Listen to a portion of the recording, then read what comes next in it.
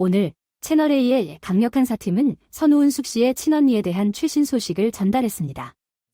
선우은숙 씨의 친언니는 지난달 22일 유영재를 강제추행 혐의로 고소했습니다. 경찰 조사에서 그녀는 강제추행 피해 내용을 상세하게 진술했습니다. 유영재는 녹취 파일과 공황장애 진단서 등 여러 증거를 제출했으며 현재 경찰에서는 피해자 조사를 진행 중입니다. 계속해서 유영재 씨가 선우은숙 씨의 친언니에게 한 행동은 강제추행의 최대치로 주장되고 있습니다. 선우은숙 씨의 친언니는 지난달 22일 유영재를 강제추행 혐의로 고소했습니다. 경찰 조사에서 선우은숙 씨의 친언니는 피해 내용을 상세히 진술했습니다. 또한 유영재가 강제추행을 인정했다는 녹취 파일과 함께 공황장애 진단서 등 여러 증거를 제출했습니다. 현재 경찰에서도 실제로 피해자 조사가 이루어졌다고 인정했으며 지난 22일 고소가 접수된 후 고소 일주일 만에 피해자가 출석하여 피해 내역을 구체적으로 진술하고 증거물을 제출한 상황입니다. 추가 조사 계획에 대해서는 아직 정해지지 않았습니다. 강력한 사팀은 선우은숙 측근의 발언을 인용하여 유영재가 선우은숙의 친언니에게 행한 행동을 강제추행의 최대치로 본다고 설명했습니다. 이에 대해 박상희 교수는 강제추행의 최대치에 대해 생각해보면서 제가 상상하는 최대치는 아니기를 바랍니다. 만약 강제추행이 최대치로 인정된다면 당사자의 고통과 두려움을 상상할 수 없습니다. 라고 강조했습니다. 최창호 박사는 선우은숙 씨는 매우 큰 충격을 받을 것으로 예상됩니다. 피해자의 입장에서 보면 상당한 고통을 겪었을 것입니다. 성폭행이 발생한 것뿐만 아니라 그 전 단계까지 진행되었다는 사실이 알려졌습니다. 이는 성적인 측면을 충분히 이야기할 수 있는 것입니다. 술을 마실 때와 마시지 않을 때 모두 해당되는 것으로 알려졌습니다. 한편 유영재 씨는 자신이 무고한 것으로 주장하며 자신에 대한 성추행 의혹을 부인하고 있습니다. 그러나 이에 대한 조사와 법적 절차를 통해 진상이 밝혀질 것으로 예상됩니다. 라고 밝혔습니다. 한 기자는 선우은숙 측의 주장에 따르면 친언니가 5차례에 걸쳐 피해를 입었다고 합니다. 처음에는 약을 많이 복용하지 않았으나 피해 횟수가 증가함에 따라 약의 복용량이 증가했다고 합니다. 라며 이러한 내용을 공개하지 못한 이유는 밝혀지지 않았습니다. 선우은숙 씨가 유영재와의 이혼 과정을 거쳐 재결혼 의사를 밝힌 시점에 언니가 이 사실을 고백하고 그들의 결합을 반대했다고 합니다. 또한 선우은숙 씨 또한 공황장애 약을 복용 중이라고 합니다. 라고 덧붙였습니다.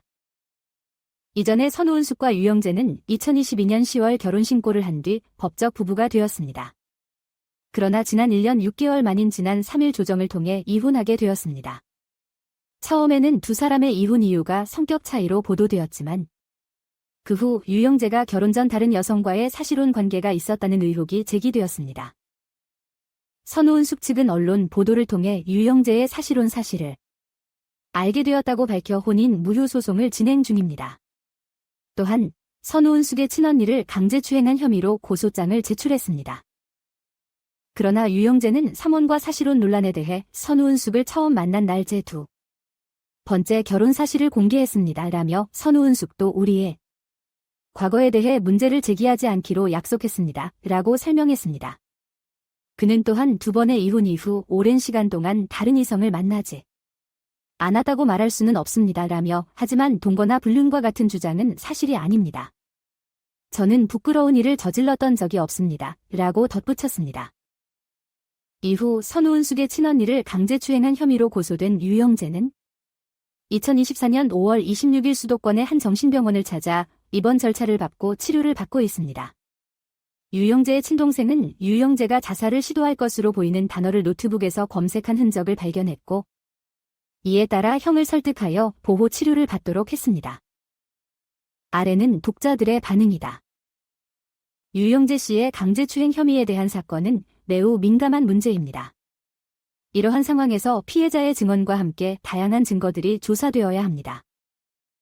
네, 유영재 씨의 강제추행 혐의는 매우 심각한 문제입니다. 피해자의 증언과 함께 다양한 증거들을 신중하게 검토하여 사건을 조사해야 합니다. 그렇지 않으면 공정한 판단과 정의로운 결정이 이뤄지기 어려울 것입니다. 선우은숙 씨의 친언니가 피해를 입었다는 사실은 매우 충격적입니다.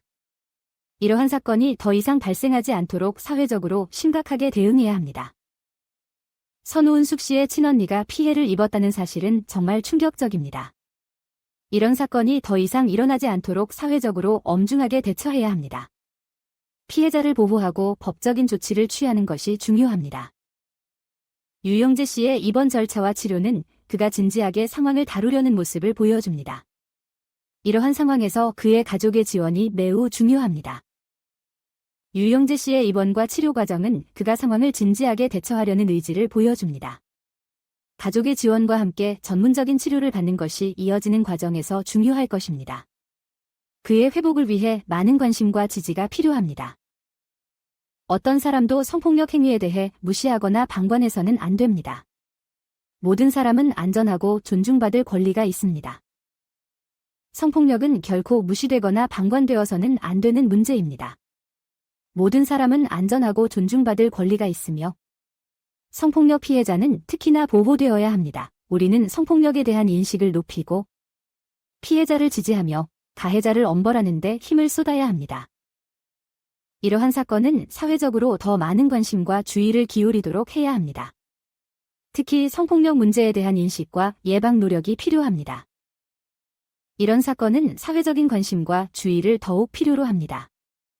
특히 성폭력 문제에 대한 인식과 예방에 더 많은 노력이 필요합니다. 우리는 성폭력을 예방하고 피해자를 지원하는 데 적극적으로 참여해야 합니다. 한소희의 논란은 계속되고 있습니다. 류준열과의 이별 때부터 그녀가 주목받고 있는데 이는 그녀가 나영석 PD의 편집과 학력 거짓말을 비난하고 있기 때문입니다.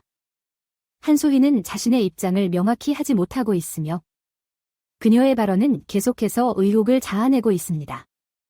만약 이 모든 것이 사실이라면 그녀는 프랑스 대학 합격증이나 델프, DELF 자격증을 공개해 논란을 해소할 수 있을 것입니다. 그런데 왜 이런 설전을 벌이고 있는 걸까요? 한소희의 소속사인 구아토 엔터테인먼트는 최근 논란에 대해 입장을 밝혔습니다. 그들은 한소희의 대학 합격은 사실이지만 구체적인 사항은 사생활로 이야기할 수 없다고 말했습니다. 이와 함께 그들은 사생활에 관한 이야기를 방송에서 하지 말 것을 촉구했습니다. 한소희를 둘러싼 논란은 채널 15야 출연 이후 크게 확산되었습니다. 한소희는 해당 채널에서 프랑스 대학에 합격했지만 가지 못했다고 밝혔습니다. 그녀는 프랑스 학교에 붙었지만 비자 발급을 위해 6,000만 원이 필요했고 이에 대한 자금이 부족해 아르바이트를 시작했다고 설명했습니다. 한소희를 둘러싼 논란은 계속해서 확산되고 있습니다.